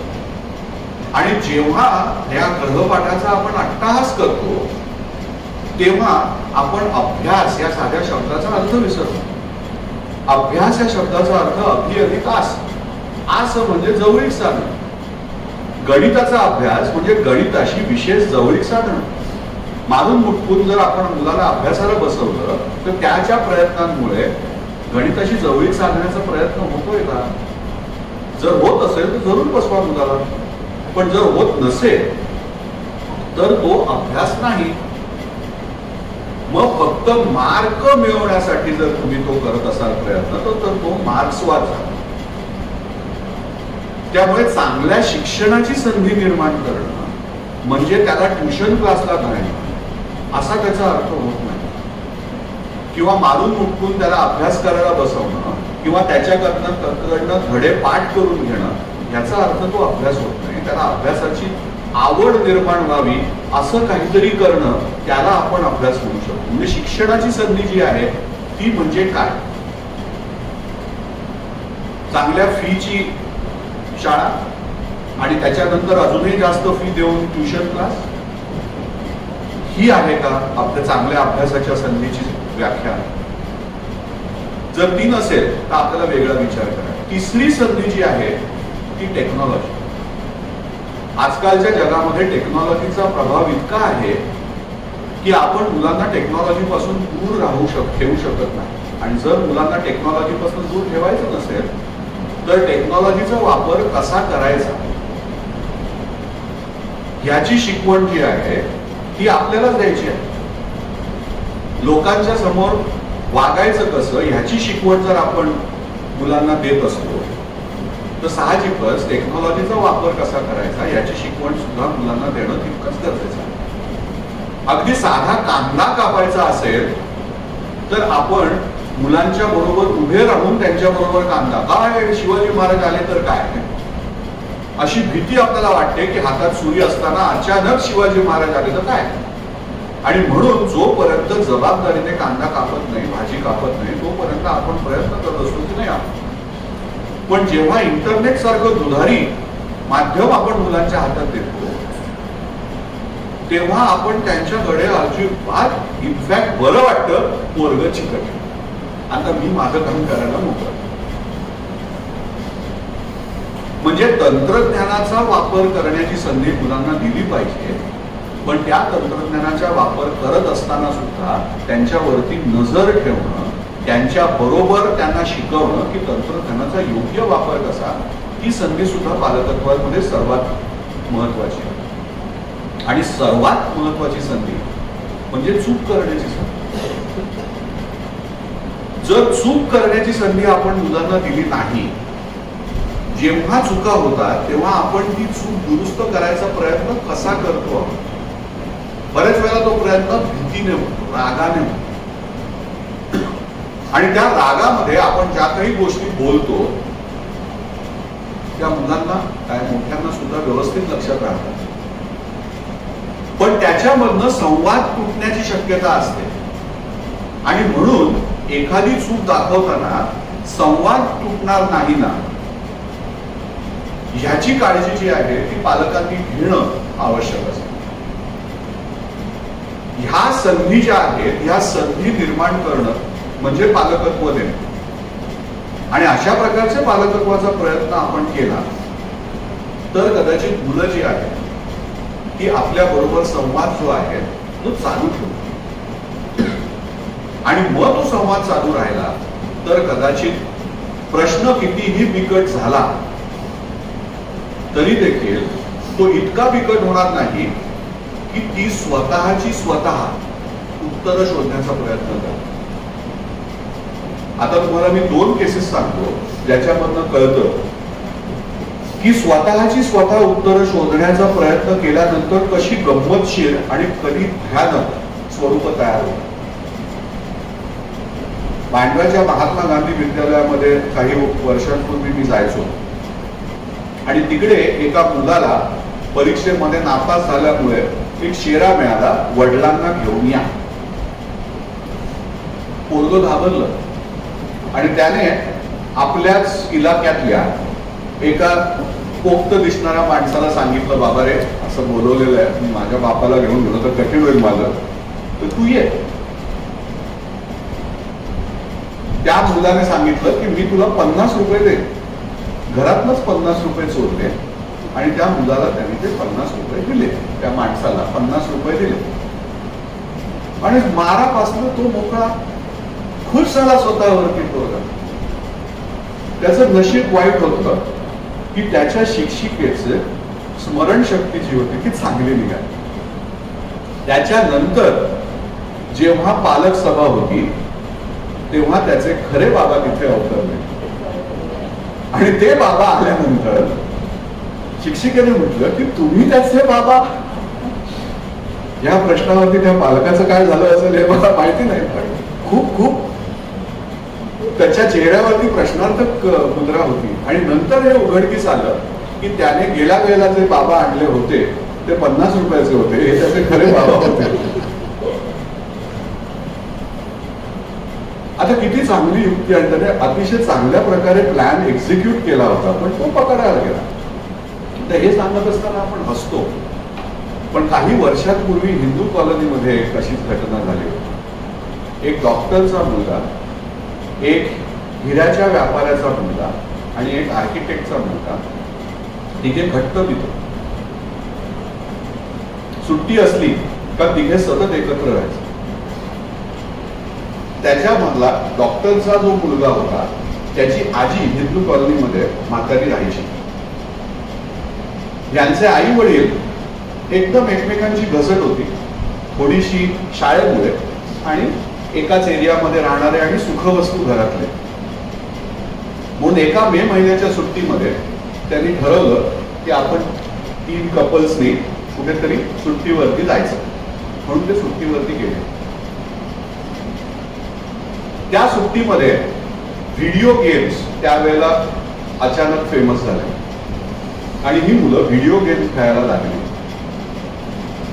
आणि त्या व्हिडिओ गेम मध्ये काहीतरी सट्टेबाजी वगैरे व्हायची आणि ह्या मुलांनी काहीतरी 15 का 20 हजार रुपये त्यांच्याकडनं गेले. आणि तो व्हिडिओ गेमचा जो पार्लरचा ओनर होता तो त्यांच्या पाठी लागला की मला ते पैसे पाहिजे. आता ह्या आजीबाईंनी सांगितलं होतं की अहो तुम्ही जा मुलांनो, तुम्ही जा मजा करायला, ती नातवंड आहेत माझी, माझ्या घरी राहतील, मी जेवण खाण वगैरे बघत जाईल. म्हातारी होती, तिने जबाबदारी घेतली होती. तिच्या कपाटामध्ये त्या 3 मुलांनी पैसे बघितले आणि ते पैसे बघितले होते तर ते म्हणाले आपण ह्याच्यातले पैसे घेऊन टाकूया. त्यावेळेला मोबाईल फोन्स वगैरे नव्हते, त्यामुळे आई बाबांना फोन करण्याचा प्रश्न नव्हता. आपण तिकडनं पैसे घेऊया. घेणार कसे? चोरी करणं वाईट असतं ना, म्हणून घेणार कसे? आणि म्हणून त्यांनी हिंदू कॉलनीमधनं पुढे गेल्यानंतर धारावीच्या बाजूला जो रस्ता जातो तिथे एका माणसाला पकडलं आणि त्याला सांगितलं की अमुक अमुक घरामध्ये एक म्हातारी बाई राहते, तिच्याकडनं तिच्या कपाटामध्ये एक 30-1 हजार रुपये आहेत, आम्हाला 15,000 रुपये हवेत, तू 15,000 घे, आम्हाला 15,000 दे. तो ड्रग ऍडिक्ट निघाला आणि त्याला अगदी सांगितलं की केव्हा जायचं, मोलकरीण केव्हा नसते वगैरे सगळं सांगितलं. आणि तो माणूस तिथे गेला, त्याने बेल दाबली, आजीने दरवाजा उघडला, तो घरामध्ये घुसण्याचा प्रयत्न करायला लागला, पण आजीबाई खमकी निघली. तिने रेसिस्ट केलं. ती रेसिस्ट करते, ती बोंबाबोंब करेल ह्या भीतीने त्याने तिचा गळा दाबला आणि तिचा गळा दाबला आणि ती मेली. तो पळून गेला, त्याला कळलं नाही. साहजिकच पोलीस केस वगैरे झाली आणि त्याच्यामध्ये उघडकीला आलं की या 3 मुलांनीच त्याला इथे यायला सांगितलं होतं. आणि त्यावेळेला ही केस जेव्हा झाली तेव्हा डॉक्टरचा मुलगा जो होता आणि आर्किटेक्टचा मुलगा जो होता ते संपूर्ण डिप्रेस होता. पण तो हिऱ्याचा व्यापाराचा जो मुलगा होता झालं ते झालं, आता काय करणार. म्हणजे मुलांना जर आपल्याकडनं चूक झाली आहे ती दुसऱ्यांना, कुठल्या तरी मोठ्या जबाबदार मोठ्याला सांगायची मुभा वाटली नाही तर कुठेतरी फार मोठ्या गोष्टी होऊ शकतात. कधी कधी आपल्याला विनोदी वाटतात, पण जोपर्यंत त्या विनोदापर्यंत राहतात तेव्हा वेगळं असतं. कधी कधी त्या मोठ्या झाल्या की मग मात्र आपल्याला वाटतं की अरे का नाही सांगितलं, 15,000च होते ना. चुकीचं आहे 15,000 रुपये सुद्धा असं नाही ना, पण त्यांना ते वेगळ्या पद्धतीने समजावता आलं असतं. त्याच्यासाठी एखाद्या आजीचा जीव जायची गरज नाही. मला वाटतं की ह्या सगळ्या गोष्टींमध्ये की जर सर्वात महत्वाची संधी कुठची जर असेल पालकांनी मुलांच्यासाठी तयार करायची तर मुलांना चुका करण्याची मुभा द्या. आणि मला असं वाटतं की आम्ही बिघडलो तुम्ही बिघडाला याच्यामधला द्वयर्थ जो आहे तो तुकारामांनी उगाच घडलेला दाखवलेला नाहीये. पण आपल्याला कुठेतरी परफेक्शनिझमची गरज आपल्याला वाटायला लागलेली आहे. आपण देखील चुका केल्या, पण त्यावेळेला बैलगाडीच्या प्रवासाने आपलं आयुष्य चाललं होतं, त्यामुळे चुका ऍक्सिडेंट झाला तरी आपल्याला फारशा खाचकळल्याने जास्त लागायचं नाही. आज भीती वाटते की आपण मारुती गाडीतनं जात असतो, त्यामुळे स्पीड जास्त असतो, पडलो बिडलो तर खूप जास्त मोठी जखम होऊ शकते. सो हा जो सामाजिक बदल झालेला आहे, समाजाची गती बदललेली आहे, त्याच्यामुळे आपल्या मनामध्ये ही भीती निर्माण झाली आहे की आता जर ह्या मुलाने काही चूक केली तर मात्र फारच मोठं काहीतरी होईल. पण मुलांचं बालपण तसंच आहे. त्यांच्याकडनं चुका ज्या काही होतात त्या चुकातनं ते जितकं शिकत असतात तेवढं आपल्या प्रवचनाने ते शिकत नाही. असं म्हटलं जातं की मुलं शिकतात जेव्हा ते see the values being practised rather than preached असं म्हटलं जातं. त्यामुळे आपण ते करण्याचा प्रयत्न केला पाहिजे. तसं जर झालं तर कदाचित मुलं आपल्याशी जास्त चांगल्या प्रकारे बोलू शकते. शेवटी मी इथे जे कोणी काही पालक असतील, काही आजी आजोबा असतील, पण त्यांना नेहमी मी सांगतो की मुलांच्या आयुष्यामध्ये आपण कितीही सिरियसली विचार केला तरी चांगल्या गोष्टीच जास्त प्रमाणात होत असतात. Good things happen more commonly than bad things. त्यामुळे असं काही नाहीये की इतकी परिस्थिती वाईट आहे की आपल्याला प्रत्येक मुलाकडे बघताना अरे बापरे आता ह्याचं पुढे नशीब कसं होणार आहे, असं काही नाही. म्हणजे भीती मनात बाळगून आपल्याला बदलावंसं वाटता कामा नाही. तर आपल्याला वाटलं पाहिजे की आपलीच मुलं आहेत, त्यांच्या मनात काय चाललं आहे हे समजून घेण्यामधला जो आनंद आहे तो आनंद शोधण्याचा आपण प्रयत्न केला. भीतीपोटी नाही तर आनंदापोटी जर केला तर कदाचित आपण जास्त चांगल्या प्रकारे मुलांना समजून घेऊ शकतो. गेला 1-1.5 तास मी बोलतो आहे, त्यामुळे तुम्हाला पण थोडा बहुत माझा विचार समजला असावा अशी अपेक्षा धरतो. बऱ्याच वेळेला नाहीतर असं होतं की खूप बोलल्यानंतर ह्याच्यातलं नक्की आपल्यासाठी काय होतं तेच समजत नाही. तुमचे काही प्रश्न असतील तर तुम्ही जरूर विचारू शकता. जर मला त्याची, माझा मोठा मुलगा जो आहे तो आता 24-25 वर्षाचा आहे आणि छोटा मुलगा जो आहे तो 19 वर्षाचा आहे. त्यामुळे त्या वयातल्या मुलांच्या प्रश्नांच्या बद्दलची उत्तरं मी जरा जास्त चांगल्या प्रकारे देऊ शकेन अनुभवातून, आणि बाकीच्या प्रश्नांची उत्तरं जी आहेत ती कदाचित माझ्या मानसशास्त्राच्या ज्ञानाने देण्याचा प्रयत्न मी करेन. धन्यवाद.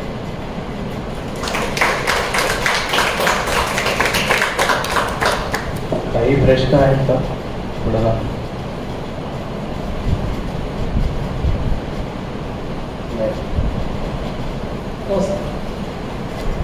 नाही, ठीक आहे. संवाद साधण्याबद्दल तुम्ही जे म्हणालात पालकांनी मुलांची, त्याच्यात निसर्गाची मदत आज घेता येईल. म्हणजे अगदी मुंबईसारख्या शहरात राहणाऱ्यांना सुद्धा ती मदत मिळू शकते का, आणि ती मदत उपयोगी ठरेल, तुमचं काय म्हणणं?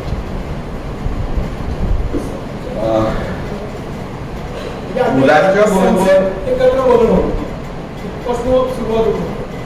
मुलांच्या बरोबर संवाद साधण्यासाठी त्यांच्या बरोबर कुठच्या तरी कृतीमध्ये, कुठल्या तरी ऍक्टिव्हिटीमध्ये आपण जर इन्व्हॉल्व्ह झालो, मग ती जेवण करण्याची ऍक्टिव्हिटी असेल, चहा करण्याची असेल, लिंबू सरबत करण्याची असेल, कुठली असेल, कुठच्या तरी ऍक्टिव्हिटीमध्ये जेव्हा आपण अगदी, म्हणजे मला आठवतंय की आपण पतंग करायचो,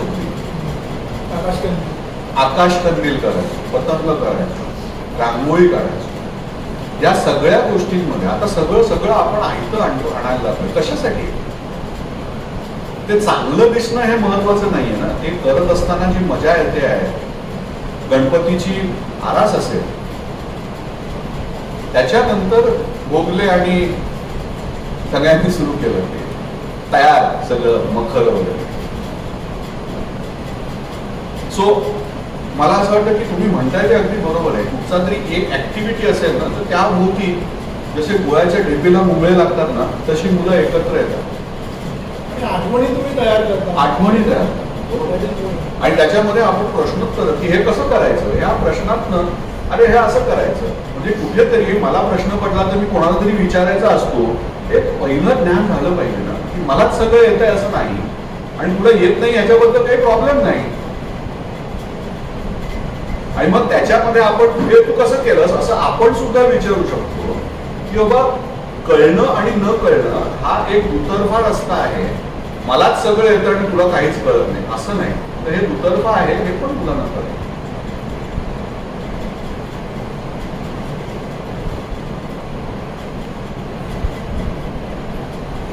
आपल्याकडे वेळ आहे, अजून काही प्रश्न कोणाला? मला काय विचारायचं आहे, आता माझ्या पण दोन्ही नाती आहेत, मी आजीच आहे, तर त्या 16-17व्या वर्षापासूनच अमेरिकेत वगैरे लगेच म्हणजे दुबईवरून ते जातात तिकडे.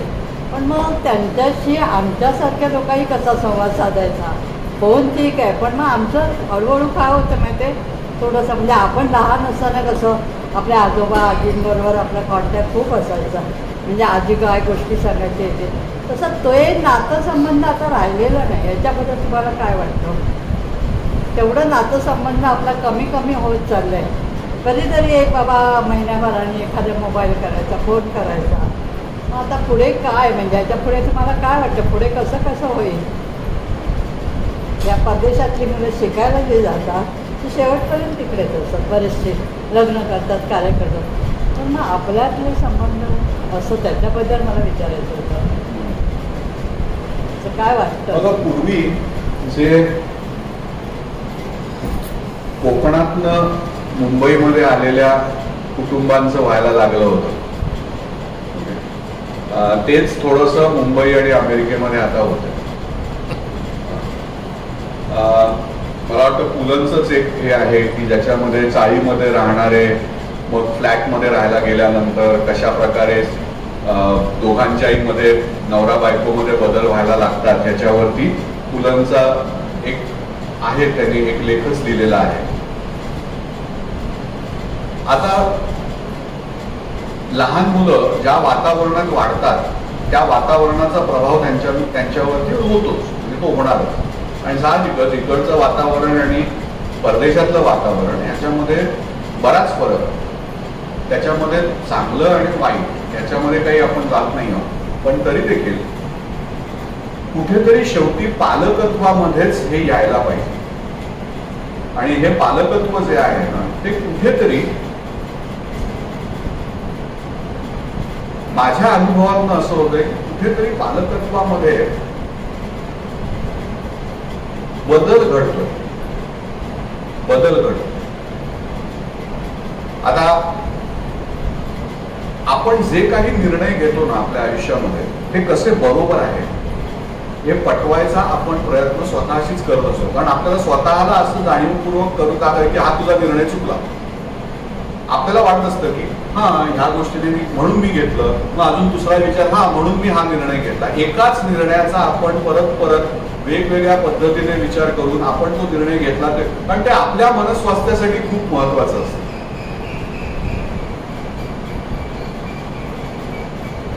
परदेशात जाऊन राहणं हे सोपं नसतं. म्हणजे मी नेहमी म्हणतो टुरिस्ट व्हिसा आणि परमनंट व्हिसा याच्यामध्ये फरक असतो. आणि जेव्हा कुटुंब परमनंट व्हिसावरती तिकडे जातात तेव्हा ज्या हाल अपेष्टातनं ती जात असतात तेव्हा कुठे ना कुठेतरी मनामध्ये हा विचार येतो की हा घेतलेला निर्णय आपला बरोबर होता का नाही. आणि एस्पेशली सुट्टीला आपण इकडे येतो आणि इकडे आल्यानंतर आपल्याला कळतं की धुणी भांडी कपडे आणि सगळ्यासाठी एखादी बाई येते, तेव्हा ते बऱ्याच जणांना खुपतं. राजेश गावडे, एक माझा टॉपिक आपला जनरल याच्या दिलेला, मला एक माझा स्पेसिफिक प्रश्न विचारायसाठी मिळालो आहे. मी राहतो जोगेश गोडेगावला. माझी मुलगी आता तिने फिजिओथेरपी कम्प्लीट केली आणि तिचं आता इंटर्नशिप चालू आहे डोंबिवलीला. तर बेसिक प्रॉब्लेम असा आहे की तिचं जाऊन येण्यामध्ये म्हणजे गोडेगाव ते डोंबिवली हा जो प्रवास आहे त्याच्यामध्ये दिवसभर ती थकते रोजच्या रोज. आणि आता प्रॉब्लेम असा आहे की तिचं जे प्लेसमेंट्स आहेत रोजची इंटर्नशिपमध्ये तर कधी कल्याणला असते, कधी पोस्टिंग, कधी डोंबिवलीला असते. तर त्याच्यामुळे ती आता सध्या 2 आठवड्यापासून वैतागली आहे. आता ती एक कल्याणला कुठेतरी स्पेसिफिक गावाच्या आतमध्ये म्हणजे गावामध्ये कुठेतरी एक हॉस्पिटल आहे, तिची प्लेसमेंट तिकडे होते. तर तिचं असं म्हणणं आहे की मला स्पेसिफिक तिकडे मुद्दामून पोस्टिंग करतात की जेणेकरून मला त्रास होत आहे. तर तिच्या कुठल्या क्लासमध्ये एका मुलांनी कंप्लेंट केली, तर त्याच्या वडिलांनी येऊन कॉलेजमध्ये काहीतरी हंगामा केला, त्याच्यामुळे त्याला सवलत मिळाली आणि मग त्याच्यामुळे त्याला तर ते फ्रीडम मिळालं, त्याचं सर्टिफिकेशन क्लिअर झालं. तर तिचं आता असं म्हणणं आहे, मला आज म्हणजे दुपारी डिस्कशन होता की तुम्ही पण असं लेटर द्या किंवा तुम्ही माझ्या कॉलेजमध्ये मांडा की जेणेकरून मला ते फ्रीडम मिळेल. आणि मला तर पटत नाही, माझ्याकडे तुझा ICC अडकलंय. मग तिचं परत म्हणणं असं आहे की तुम्ही येऊन भांडल्यावर ते म्हणजे ICC वरती परिणाम होईल का, की मला ते सर्टिफिकेट येणार नाही का, इंटर्नशिपमध्ये डॉक्टरशिपमध्ये अडकेल का. अच्छा, परत तिचं असं म्हणलं, मी तिला बोललो की आता तू काही केलंस किंवा मी येऊन भांडलो की काय झालं, तर तुझ्या सर्टिफिकेशन कॅरेक्टरमध्ये हे होतं ना, कॉलेजमध्ये सुद्धा कोणी राग ठेवलं काय कशाला करायचं. प्लस तिला रेफरन्स लेटर पाहिजे होतं, फॉरेनला जायचं. तर अशा सगळ्या याच्यामध्ये आता सगळ्यात बेसिक त्रास काय, प्रवास. जो गोरेगाव डोंबिवली रोजचा जो प्रवास आहे, पण ती मुलं आता काही यंग आहेत. आपण आता मी आपलं जर वेळ बघितलं तर तुमच्याच सेम आपण त्याच कॅटेगरीत, कारण मुलगा आता 12 मुलगी आताच डॉक्टर झाली. तर म्हणून होतं की त्याच एज ग्रुपमध्ये आहोत. म्हणून मला एक कळतं की तिला तर समजू कसं की मला काय भांडायला जायची इच्छा नाही आहे आणि ते योग्यही नाही आहे, कारण तिच्या ग्रुपमध्ये सगळ्याच मुलांना काही ना काहीतरी प्रॉब्लेम असत. असं प्रत्येक जण पालक जर भांडायला गेले तर सेवा करणार कोण. पण आता काय आलं की तिने मला त्या लूपवर टाकलंय का तुम्ही तरी लेटर द्या की मी लेटर देते तुमच्या नावाने, म्हणजे मला कॅच आहे. तर अशा मला तुमची ॲडवाईस होती की म्हणजे काय असं, कारण दुसरा प्रॉब्लेम काय, तिची आई असते दुबईला, तर दोन्ही मुलं माझ्याबरोबर आहे. तर ते मग काय करतात, इकडे मी काही विरोधात्मक बोललो की मला नाही ऐकायचं, मग डायरेक्ट गावठुबाईकडे फोन जातो आमच्या, मग तिकडे बायकोचा फोन येतो की तू असं करतो तसं करतो, मी नाहीये तर तू मुलं. तर त्या म्हणजे एक फॅमिली इश्यू पण होतो आणि तो हा इश्यू. तर मला आणि प्लस माझं ऑफिसचा काम वेगळं, माझ्या प्रवासामध्ये मला एक खरंच हँडल करता येत नाही. तर मला ते तुमची ॲडवाईस की कसं काय करावं. तुम्ही डोंबिवलीला घर घेऊ शकता का, घर घ्या, तिकडेच राहा, डोंबिवली चांगलं राहायला.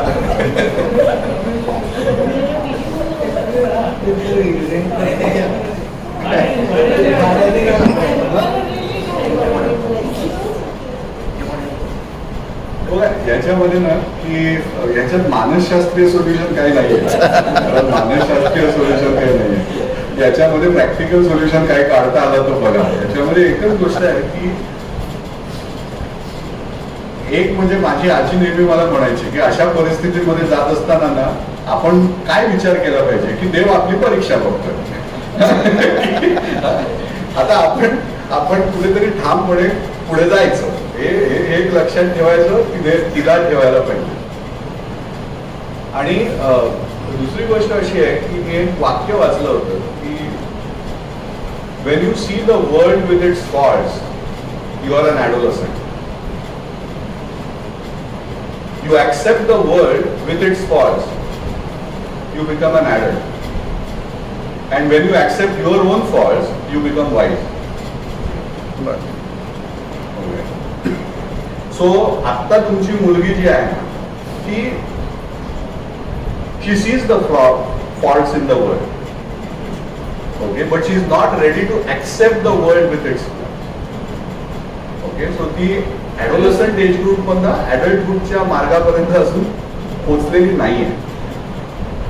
याच्यामध्ये जेव्हा तिला ती समज येईल तेव्हा तिला कळेल की जे त्या मुलाच्या वडिलांनी केलं ते कुठे चुकीचं होतं.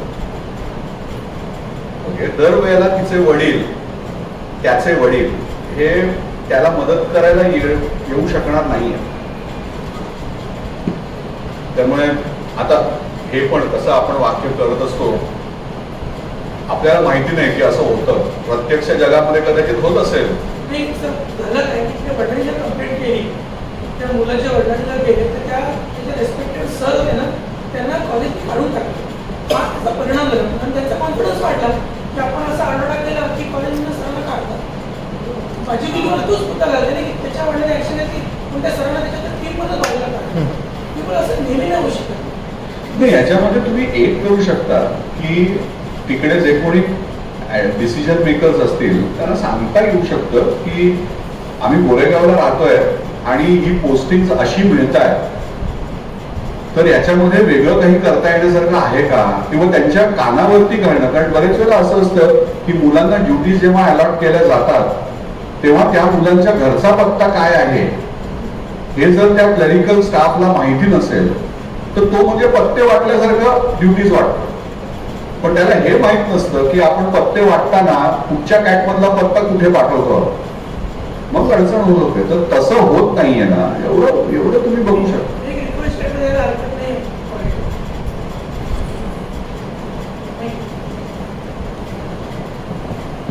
एक शेवटचा प्रश्न मीच विचारतो. आता जे आपण हे टॉपिक ठरवताना थोडी चर्चा केली होती, त्याच्या मागचं थोडं बॅकग्राऊंड असं की आता आमच्याकडे जेव्हा पेशंट येतात तेव्हा मी अडोलसंट एज ग्रुपमधल्या ज्या माता आहेत त्यांना खूपच हतबल झालेलं बघितलं आहे. बऱ्याच 2-4 केसेस माझ्याकडे आहेत. त्यांच्यात एक महत्त्वाचा एक मुद्दा असा असतो की तो मुलगा किंवा मुलगी आयदर कुठलाही गेम, व्हिडिओ गेम किंवा आपला मोबाईलवरचा गेम किंवा इंटरनेट किंवा सोशल मीडिया ह्यांना ॲडिक्ट झालेले असतात. मग ते ॲडिक्शनला ते कसं त्यांना त्यातनं बाहेर काढणं याच्याबद्दल त्यांची हतबलता मला एक दिसून आली. तर त्याच्याकरता पेरेंट्सना असं काही ॲडवाईस करता येईल का की जे ॲडिक्शन आहे मोबाईलचं, गेमिंगचं किंवा सोशल मीडियाचं, ते कशा पद्धतीने कंट्रोल करता येईल, कमी करता येईल, किंवा in a rational win win situation way कसं रिझॉल्व करता येईल?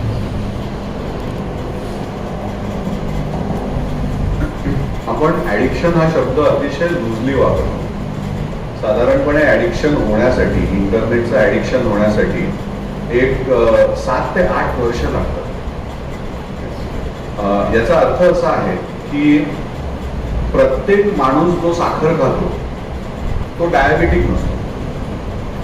तसा प्रत्येक मुलगा जो इंटरनेट गेमिंग करतो तो ॲडिक्ट नसतो. दर दिवशी साखर खाणारा डायबेटिक नसतो. म्हणून दर दिवशी इंटरनेट गेम खेळणारा सुद्धा ॲडिक्ट नसतो. जेव्हा इंटरनेटच्या वापरामुळे त्याच्या एकूण कार्यक्षमतेवरती परिणाम व्हायला लागतो, त्याच्या नात्यांवरती परिणाम व्हायला लागतो आणि त्याच्या स्वास्थ्यावरती परिणाम व्हायला लागतो, तेव्हा आपण त्याला इंटरनेट गेमिंग डिसऑर्डर असं म्हणतो. अडचण अशी आहे की जेव्हा आपण एखाद्या मुलाच्या कामावरती परिणाम होतो आहे असं आपण म्हणतो, तेव्हा इमिजिएटली त्याच्या परीक्षेचे मार्क काढतो. आणि जेव्हा आपण परीक्षेचे मार्क काढतो तेव्हा तो एकमेव थर्मोमीटर हा मुलांच्या कार्यक्षमतेबद्दलची टिप्पणी करणारा मानणं हे योग्य आहे का? आता ह्याच्यामध्ये होतं कसं की जी गोष्ट मुलांना आवडते आहे, जी गोष्ट त्यांना रमवते आहे, ती तुम्ही त्यांच्याकडनं घ्यायचा प्रयत्न केला तर साहजिकच तुमची नाती खराब होणार. पण इंटरनेट गेमिंग डिसऑर्डर म्हणण्यासाठी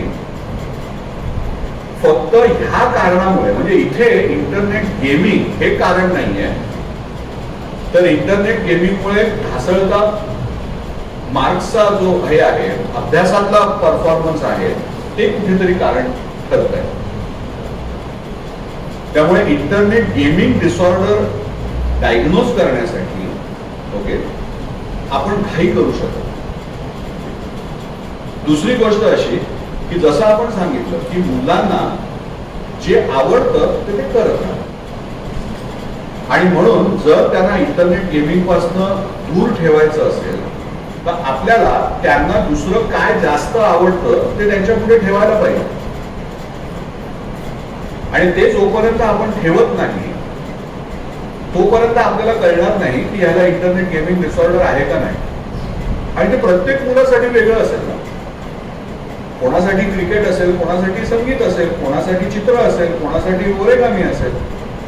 सो आपल्याला हे शोधणं महत्वाचं आहे की जसं इंटरनेट गेमिंग एखाद्या मुलाला आकर्षित करत आहे तसं त्या मुलाला दुसरं काहीतरी आकर्षित करणारं त्याच्या भावविश्वात आहे का नाही. जर ते असेल, ते सापडलं, तर मग ते त्याच्या समोर ठेवलं पाहिजे आणि मग बघायला पाहिजे की हा ते आजमावण्याचा प्रयत्न करतोय की नाही.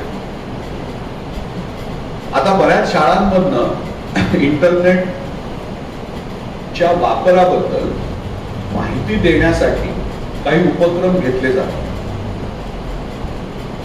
आता रोटरीच्या बरोबर जे मी काम करतो आहे ते जे डिस्ट्रिक्ट 3142 म्हणजे ठाणा डिस्ट्रिक्ट जे आहे, कल्याण डोंबिवली त्याच्यामध्येच येतं, 7 महानगरपालिकांमध्ये ते येतं, 110 क्लब्स त्यांचे आहेत 3142 मध्ये. तर तिकडे आपण हाच प्रयत्न करतो की शाळांमधनं आणि पालकांसाठी कशा पद्धतीने मार्गदर्शन करणं आवश्यक आहे. म्हणजे फक्त पालकांचं मार्गदर्शन आहे, आई बाबा नेहमी असंच सांगणार, पण जेव्हा शाळेमधनं पण तोच संदेश मिळतो, पालकांकडनं पण तोच संदेश मिळतो, एकूण समाजाकडनं पण तोच संदेश मिळतो, जेव्हा हा संदेश एकच संदेश आहे असा मिळाला तेव्हा ऑटोमॅटिकली मुलं त्या गोष्टीकडे बघण्याचा दृष्टिकोन बदलू शकतो. सो व्यसनशील पदार्थांचा वापर आणि व्यसनशील अनुभवांच्या पाठी मुलांचं धावणं, मग ते फक्त गेमिंग बद्दल नसेल तर सोशल मीडिया पण आहे, त्याला आम्ही प्रोसेस ऍडिक्शन्स म्हणतो. तर ह्या प्रोसेस ऍडिक्शन्सच्या पाठी धावण्याचा मुलांचा जो कल असतो तो कमी करण्यासाठी त्यांना दुसऱ्या कुठच्या तरी इक्वली त्यांना मजा देणाऱ्या गोष्टींमध्ये त्यांना गुंतवणं आवश्यक आहे. आणि त्याचबरोबर की ह्या सगळ्या गोष्टींच्या वापरामध्ये कुठचे खाचखळगे आहेत, कुठे अडचणी निर्माण होतात, याच्याबद्दलची माहिती जी आहे ती मुलांच्या पर्यंत पोहोचवायची. म्हणजे ज्याला आम्ही इन्फॉर्म्ड चॉईसेस, तुला मी चॉईस देणार नाही हे योग्य नाही, तर तुम्हाला तो चॉईस आहे तो घेता आहात तेव्हा त्याच्याबद्दलचे खाचखळगे तुम्हाला माहिती असले. So inform choices become extremely important. मग त्याच्यानंतर त्या मुलाने जो चॉईस घेईल त्याप्रमाणे त्याला पुढे स्टेशन लागणार. म्हणजे हे जे मी सांगितलं ते ऍक्च्युली फेल होत आहे, त्यामुळे ते थोडं लेवल केलं गेलं. मला वाटतं आपले बरेचसे प्रश्न डॉक्टर आशिष देशपांडेने त्याची उत्तरं दिली आहेत. तर मी आपले विश्वस्त सुधीर कर्णिक आहेत त्यांना रिक्वेस्ट करतो की डॉक्टर आशिष देशपांडे यांना एक स्मृतिचिन्ह देऊन त्यांना त्यांचा सन्मान करावा.